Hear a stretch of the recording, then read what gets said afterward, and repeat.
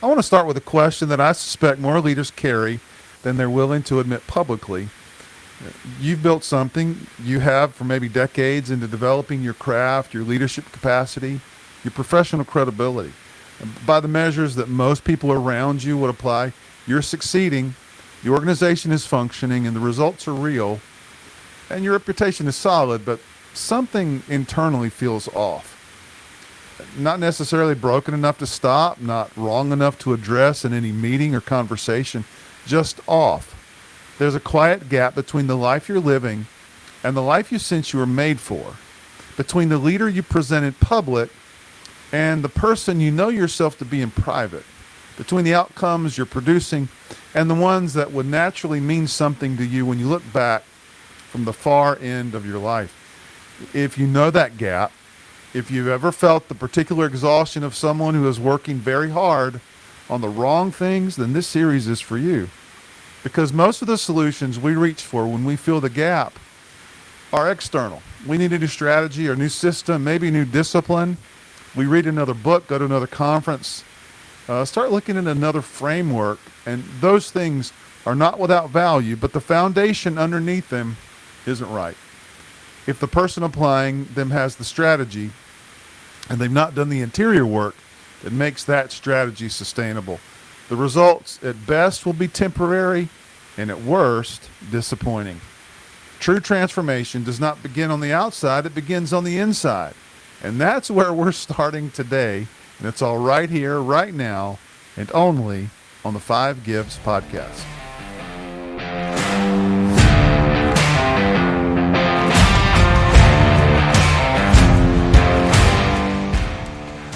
You're listening to the Five Gifts podcast, a weekly show designed to equip leaders in the Spirit-filled church.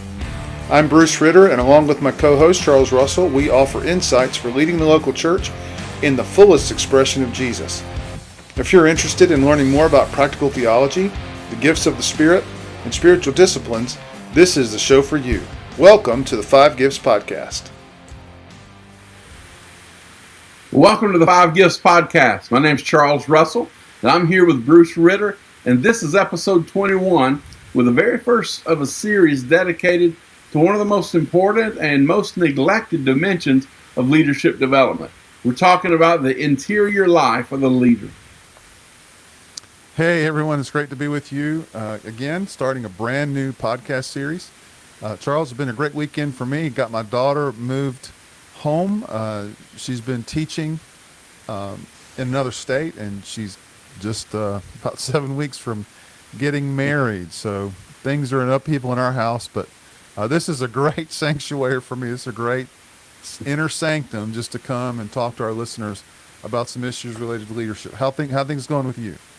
Well, it sounds like it's exciting times in the Ritter household, and so, man, congratulations on all that. We're the Russells. We're doing good. We just came off of a little excursion to Hilton Head Island in South Carolina. My youngest daughter is she's graduated a year early from high school and headed to college in the fall, and so she wanted to take a trip if she could, instead of doing a big party and those kind of things. So anyway, the Lord just orchestrated some events, and we were able to spend a few days at the beach and celebrate her. And so we had a great time there. But again, it's always great to be back in the saddle here on the Five Gifts podcast, and grateful for all of our listeners and viewers that are joining us today. Today, as kind of, I don't know how good of a segue that was, but nevertheless, we're segueing into the content and the episode topic for today. So, we spend a great deal of time in leadership culture talking about systems, talking about strategy, team dynamics, organizational health, ministry execution, and all of that matters. It's all important, obviously, but if you've been tracking with us, you understand we value those things. You know that we take those conversations seriously. But underneath every system, under every strategy, under every team dynamic, there's a person, and the quality of that person's interior life, their character, self-awareness, their capacity to choose rather than react. Their integrity between what they believe in and then how they actually live. All of those things determine what every other tool and framework can ultimately produce. And so we wanted to take a few weeks to kind of explore and think about, talk through some of those issues. And so this series is called Internal Foundations. And the premise is very simple. It's simply this: you cannot build lasting external results on an unstable internal foundation. If the inside's not right, the outside is going to eventually reflect that, regardless of how sophisticated your systems are or even how compelling your vision is. We've got to get the internal right before the external can be sustained. Charles, I couldn't agree more. And so in this first episode, we're covering an inside-outside approach and what it means and why it really is the only approach that produces lasting change. And we'll look at what stands in the way of most leaders genuinely engaging it. We're going to talk about the deep problems that surface repeatedly in the lives of high-performing leaders, the difference between character-based and personality-based approaches to success, the power of the paradigms we carry and how they shape everything that we see, the foundational freedom to choose our own response regardless of our circumstances, and the principle of balance between production and the capacity to produce. And so this really isn't a series about information. It's a series about transformation. And at the gate of that transformation, as we're going to see more than once, again, it opens only from the inside. So before we talk about solutions, we have to be honest about problems. And let's be honest, everybody has those. And we're not talking about the surface problems like the calendar's too full or the team is underperforming or the budget's strained. Those are real, and they absolutely need to be addressed with great leadership wisdom and strategy. But again, those are symptoms. What we're talking about is what sits underneath them, the chronic conditions of the internal life, the soul, that no productivity system can really ever fix. So let's talk about the deep problems that we can experience as high-performing leaders. In the work of coaching and developing leaders, that same deep problem surfaces with remarkable consistency. They show up in different industries, again, cross disciplines. They show up in different organizational contexts, both workplace, marketplace, church. They show up in different theological traditions. They appear in leaders who are succeeding by every external measure and in leaders who are visibly struggling. And what they have in common is that they can't be fixed from the outside. And so as far as the problems go, we've kind of arranged those in certain categories. The first is what we might call a success enigma. You've climbed the ladder of professional and ministry success, or you've hit the goals you set. You've built something that genuinely matters, and somewhere along the way you looked up and realized the ladder was leaning against the wrong wall. Your career is thriving, your organization might be thriving, but you barely know your spouse. Your children are becoming people you don't fully recognize or that you intended to raise.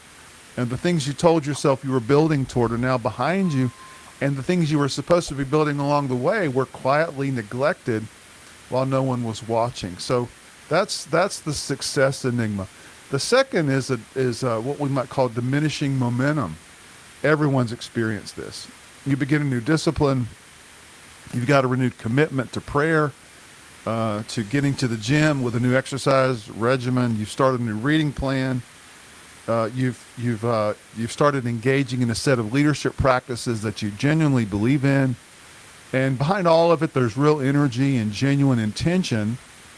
But within weeks, sometimes days, the momentum is gone. Not because you were insincere when you started, but because there's a gap.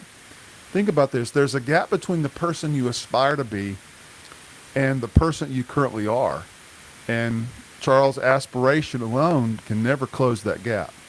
You cannot keep a promise to yourself that you don't have the character yet to sustain.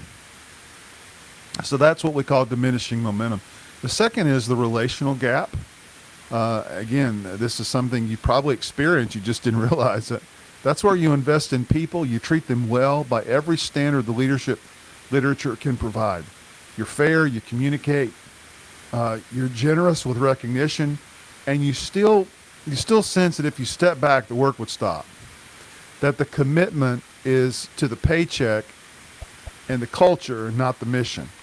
And that's something genuine is missing from the relationship between you and the people you lead. And all of the management technique in the world has not been able to produce it. So again, there are relational gaps. A fourth problem that comes to mind is the problem of someone with a very forceful persona. So let me talk to a lot of you high Ds. You're talented enough, you're perceptive enough, you're articulate enough, you're strategically sharp, sharp enough to influence almost any conversation toward the outcome that you want. You can read the room, you can shape the narrative, you can move people to decisions, but you have a quiet, persistent unease that you don't fully understand. There's a haunting question about what people actually think when you're not around. There's a suspicion that your influence is producing compliance rather than commitment. And then I'd say a fourth, or rather a fifth problem is the activity trap. And that's where we're genuinely busy, we're productively busy, not wasting time, we're not disorganized.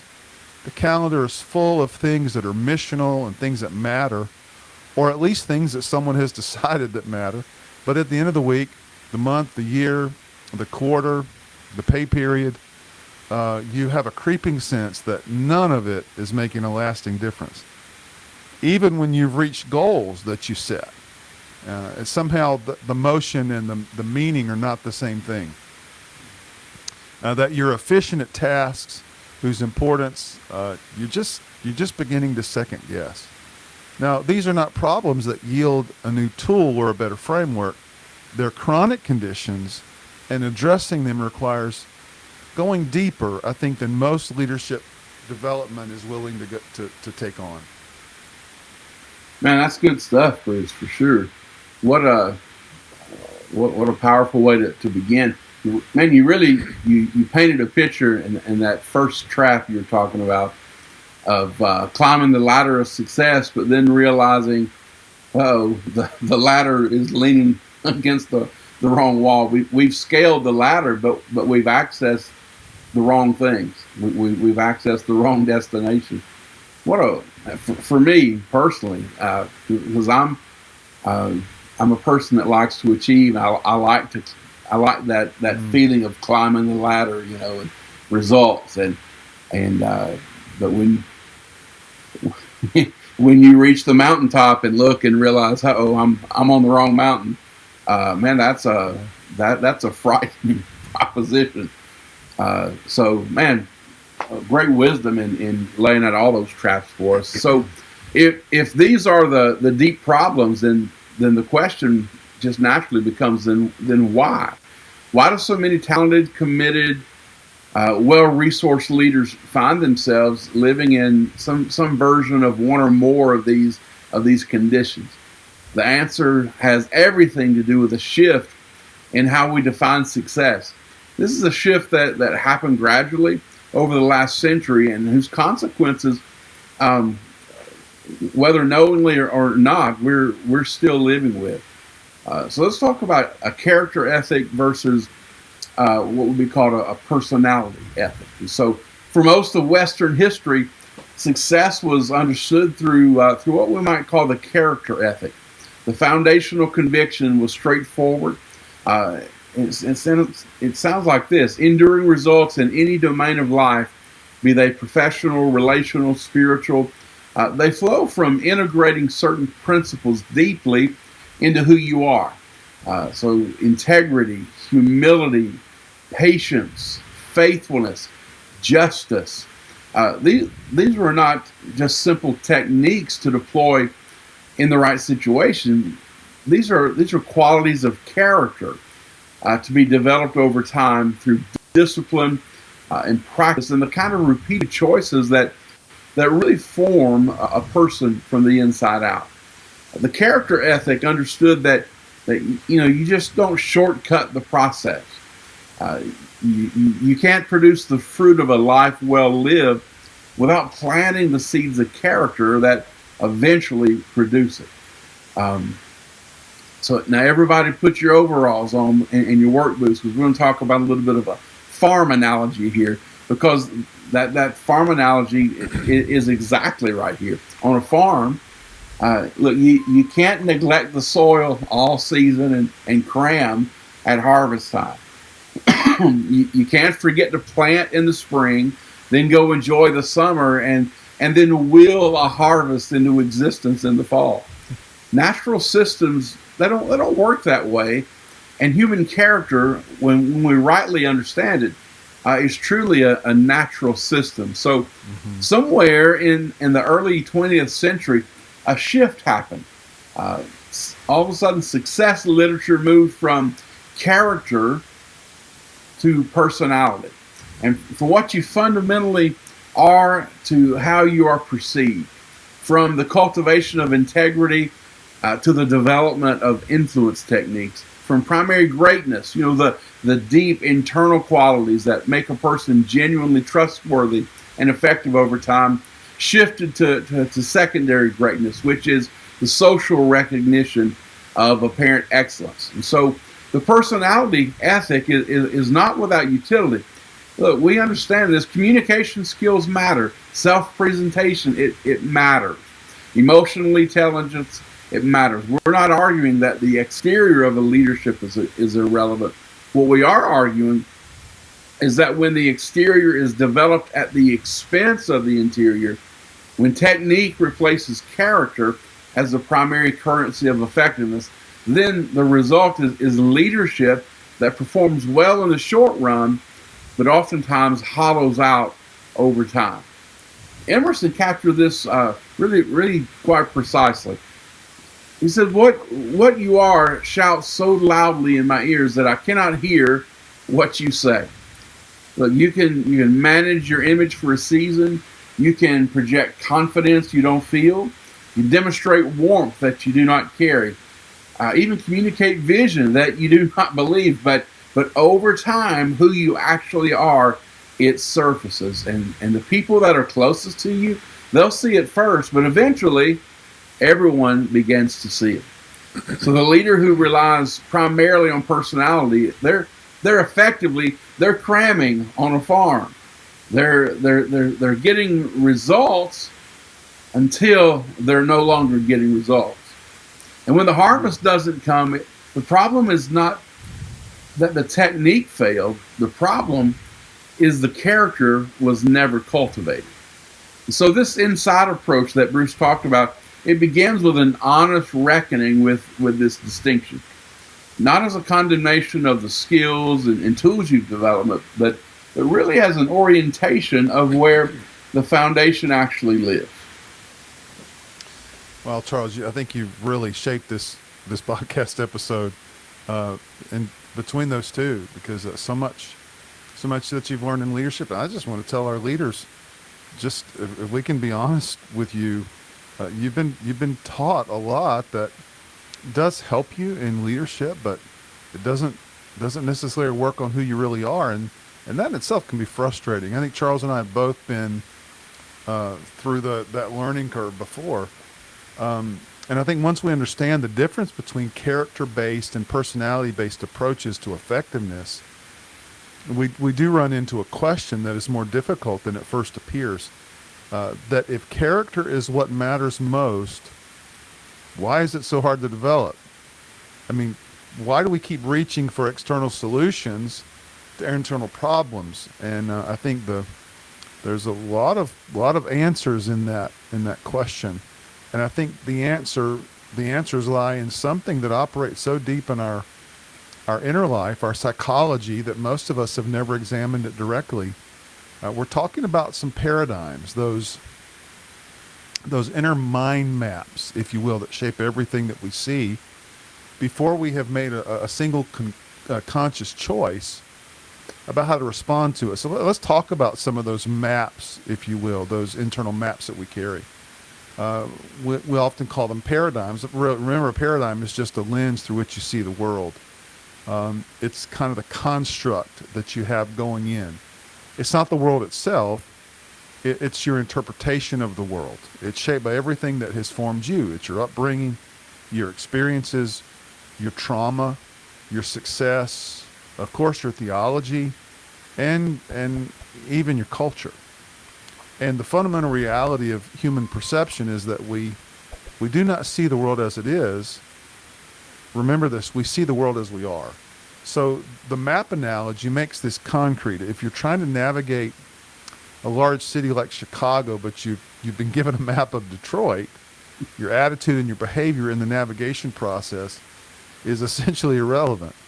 You can drive faster, that's a behavior change. You can think more positively about the journey, that's an attitude change. But as long as you're working from the wrong map, you're going to arrive at the wrong destination more efficiently and with greater optimism. The problem is not your effort. The problem is the accuracy of the map. Charles, you remember this just a few weeks ago. We were entrusting our destination around the Dallas-Fort Worth area to Apple Maps.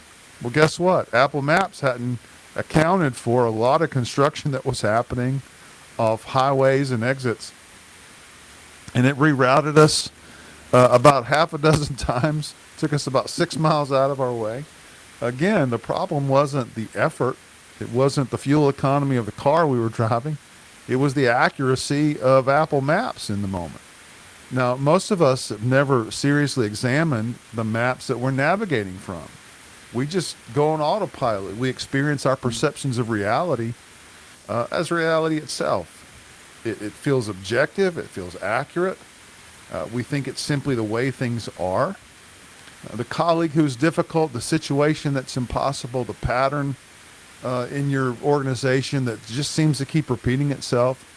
We experience all of these as external facts rather than asking whether the map we're bringing to them might be contributing to what we're seeing.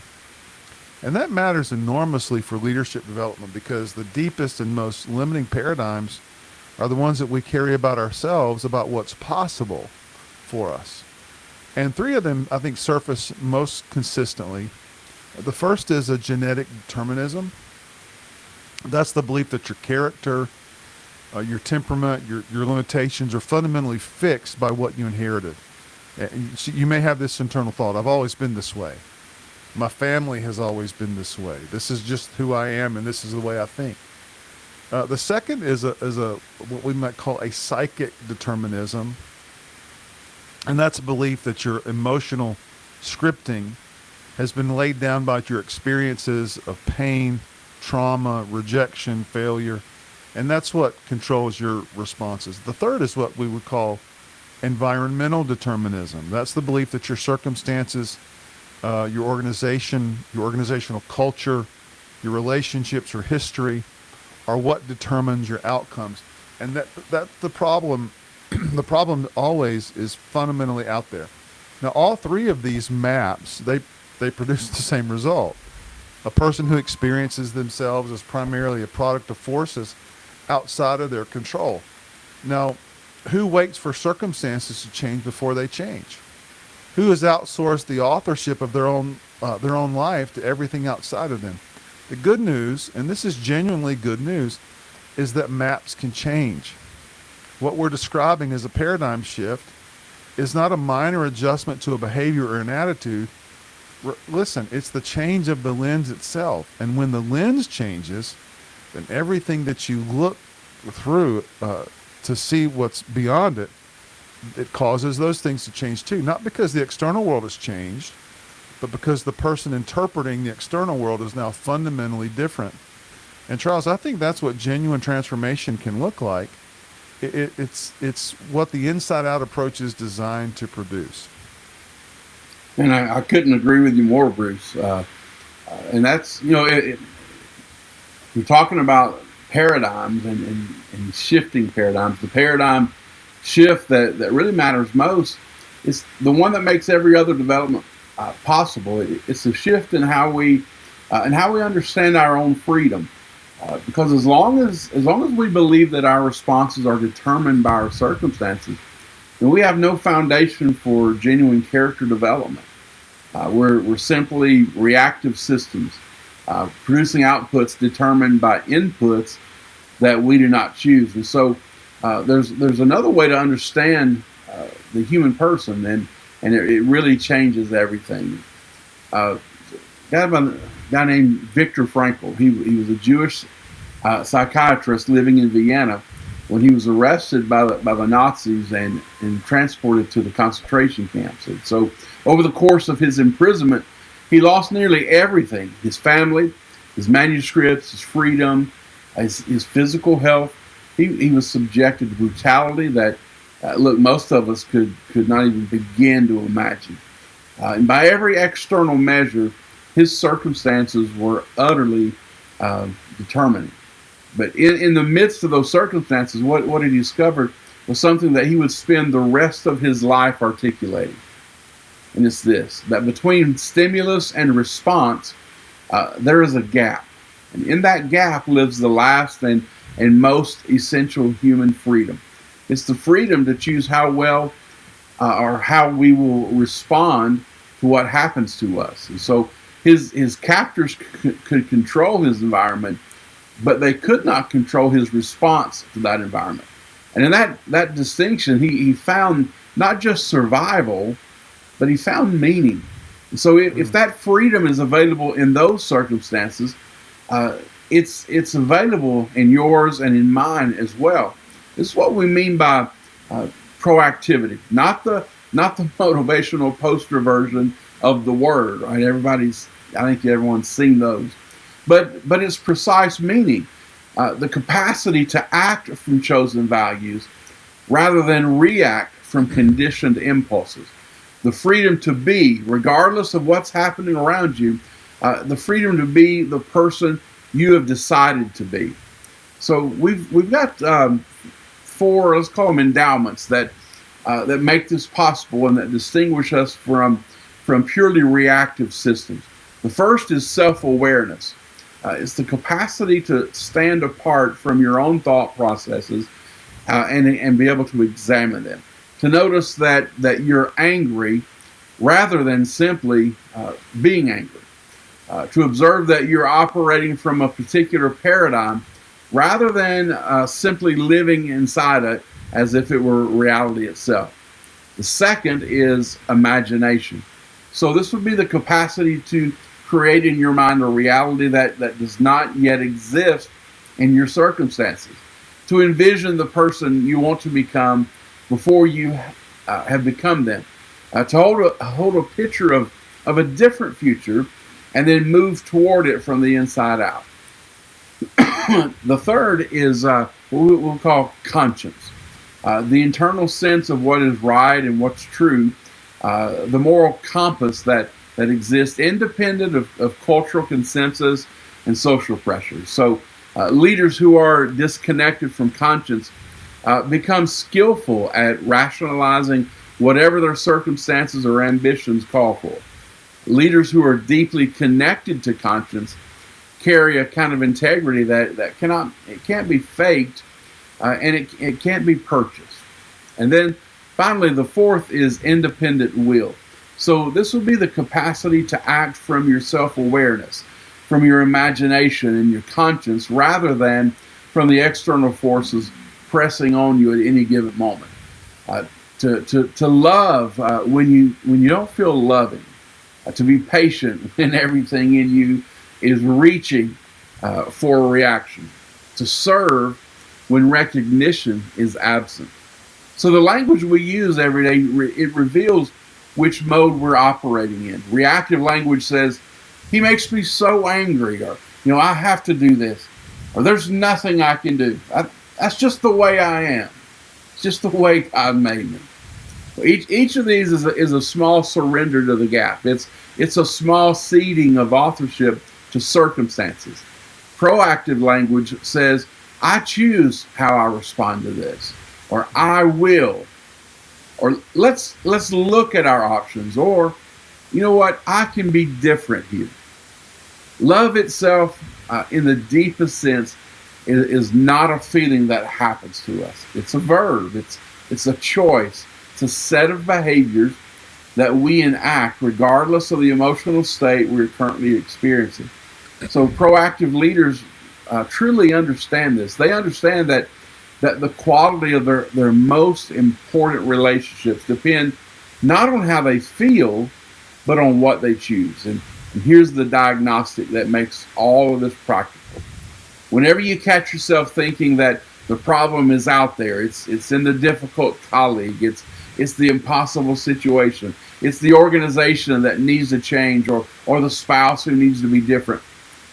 I want you to notice that thought, because that thought itself is the problem. As long as the problem is out there, then you and I have given the solution to someone else. And you're going to wait indefinitely for change that only you can make. Charles, powerful segment there. I just love the four endowments, and boy, what a powerful way to close it and remind our listeners that, to surrender your ability to change internally. Again, you're just surrendering the problems to other people to solve, when you could be taking action yourself. And I want to encourage our listeners. Um, you've got so much progress you can make. It's really, Charles, isn't it just the switch of a mindset to really embrace that? I think there is one more principle that we probably need to establish before we close this episode. Because the inside out approach is not just about character development in the abstract, it's about the specific relationship between long-term capacity and short-term results. And getting this relationship wrong, I think, is one of the most common and costly mistakes in leadership. And we're talking about your potential. When I think of potential, the old Aesop fable comes to mind of the goose and the golden egg. Of course, it's one of the oldest stories in Western tradition, and it really does encode one of the most practically important principles in leadership. And that's the balance between production and the capacity to produce. If you remember, the farmer in the story has a goose that lays a golden egg every day, and one day, impatient with the pace of one egg per day, he kills the goose to get all the eggs at once. But the truth is, he gets nothing. He's consumed his capacity to produce in the pursuit of accelerated production. And the application is obvious. Of course, I think all of our listeners probably understand it. It shows up everywhere. A machine run without maintenance to meet a production quota eventually breaks down. And the cost of the breakdown will exceed the short-term gain of the output. So a financial strategy, for example, that invades principle to fund lifestyle eventually exhausts the capacity to generate returns. A body that's driven without rest and recovery will eventually stop performing at the level being demanded of it. But the most important application for leaders is the human one. That's when you use position, authority, and the force of a strong personality to extract results from people. That's when you rely on your ability to control outcomes rather than investing in the development of genuine trust and capability. You're borrowing against your relational and organizational capital. You get the output that you need for today, but you're going to pay for it in the erosion of the relationship and the capability and the commitment that could have produced far more over time. So we call this borrowing strength, and it builds weakness in three distinct directions simultaneously. In fact, it builds weakness in you because you become dependent on the external force rather than developing the internal capacity to lead without it. It builds weakness in the people you lead because their growth is stunted by a leadership style that bypasses their agency rather than developing it. And it builds weakness in the relationship itself because the currency of that relationship becomes compliance rather than trust. Now listen, the alternative, the inside out alternative, is to invest in the goose, to build the trust, the character, the relational depth, and the genuine capability that produce sustainable results over time, not as a strategy for getting more eggs eventually, but because investing in the goose is simply what integrity looks like in leadership. So remember, effectiveness is not a machine, it's an ecosystem. And ecosystems require tending, not harvesting. Wow, man, that's powerful, Bruce. You're on fire today. You got ladders leaning against the wrong wall. You've got this invest in the goose. I mean, that's one that sticks with me. I'm just Well, hearing now Charles, the you've been gooses. the Renaissance. You've been the Renaissance man. You've mentioned Viktor Frankl and Emerson today. Let me hear what else you got. Well, I can't get past the goose is loose. So that's going to resonate with me for sure. Well, let's try to. Here I've fouled up the episode again with my simpleton little mind here. But let's try to bring this episode to a close. Try to bring something that's both honest and practical. The inside approach. It's not a technique. This is a reorientation. It's a decision to locate the work of change where change actually begins, and that's in the interior of the person rather than in the manipulation of circumstances. So what we're advocating for this really requires a willingness for us to examine the paradigms that we've been navigating from. To take responsibility for the gaps between the leader you present and the person that you truly are. To invest in the development of character with the same seriousness that you bring to the development of skill. I think that's a really important distinction. We work hard at building skills, and I think what we're saying is bring that same intensity in developing our character. So none of that's comfortable by any means. Frankel's insight about the gap between stimulus and response, it's truly liberating, but it's also clarifying in ways that remove certain excuses we've been relying on. If you have the freedom to choose your response, then you can't fully blame your circumstances for your results. That's a hard thing to sit with, right? But it's also the beginning of genuine transformation. So here's a practical challenge that I want to encourage all of us to carry into the next 30 days. Just three things to be intentional about over the next month. First, monitor your language. For the next 24 hours, listen to yourself carefully. Every time you hear reactive language, things like I can't, or I have to, or there's nothing I can do, if only they would change, stop yourself right there, mid-sentence. As soon as you detect it, stop and name it, right? Then choose a different response. Not because the external situation has changed, but because you're practicing the discipline of authorship. Second is to identify a recurring reactive pattern. In other words, a specific situation or relationship where you consistently respond from impulse rather than choice. So spend time this week imagining a different response, not suppressing the impulse, but developing the capacity to act from your values rather than from your conditioning in that specific context. And third, focus your energy in your circle of influence for 30 days. Not on the things that you can control, the organization's decisions, your colleagues' behavior, circumstances you didn't choose, but focus on the things that you can control. Make small, specific commitments to yourself and keep them. Because the capacity to keep a large promise to others is really, it's built by keeping small promises to yourself. So that's a great place to start. Begin there with this challenge over the next 30 days.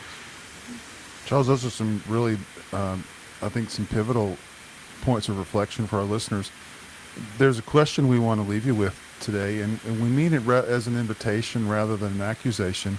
It's simply this: it's where in your life are you waiting for something external to change before you're willing to change internally? Because that waiting in the gap that we're talking about, That's what's happening, and the only person that can close the gap is you. So listen, if this series, I know we're in the first episode today, but both today and our coming episodes, if it surfaces something in your leadership or your personal formation that you want to explore more deeply, if you want a guide for the interior work that we've been describing, we love to talk with you and walk with you through it. So connect with us at charlesrusselltraining.com, charlesrussellministries.com, or coachingcardia.com. And we offer life coaching and leadership development for people who are ready to do some of the deeper work. And so next episode, we're going to go further into the architecture of an inside-out life, specifically into what it means to begin with the end in mind. And then to orient every decision and every investment toward a clear picture of what you ultimately want your life to really be about. Remember, you cannot live a life by accident and evaluate it honestly at the end. You have to choose the destination before you begin the journey. And that choosing, that courageous, specific, values-driven choosing, is where the inside-out approach becomes a way of life rather than a concept. It's been great to be with you today, and we'll see you next time, next week, on the 5 Gifts podcast. You've been listening to the 5 Gifts podcast. If you would like to take the next step as a spiritual leader, we invite you to visit either of our websites or contact us for leadership coaching. We can help you reach the next level in your own growth and leadership. We provide leadership, spiritual gift, and personality assessments that give you a better grasp of your leadership style. And we also create a customized growth plan that empowers you to reach your full kingdom potential. We can't wait to hear from you.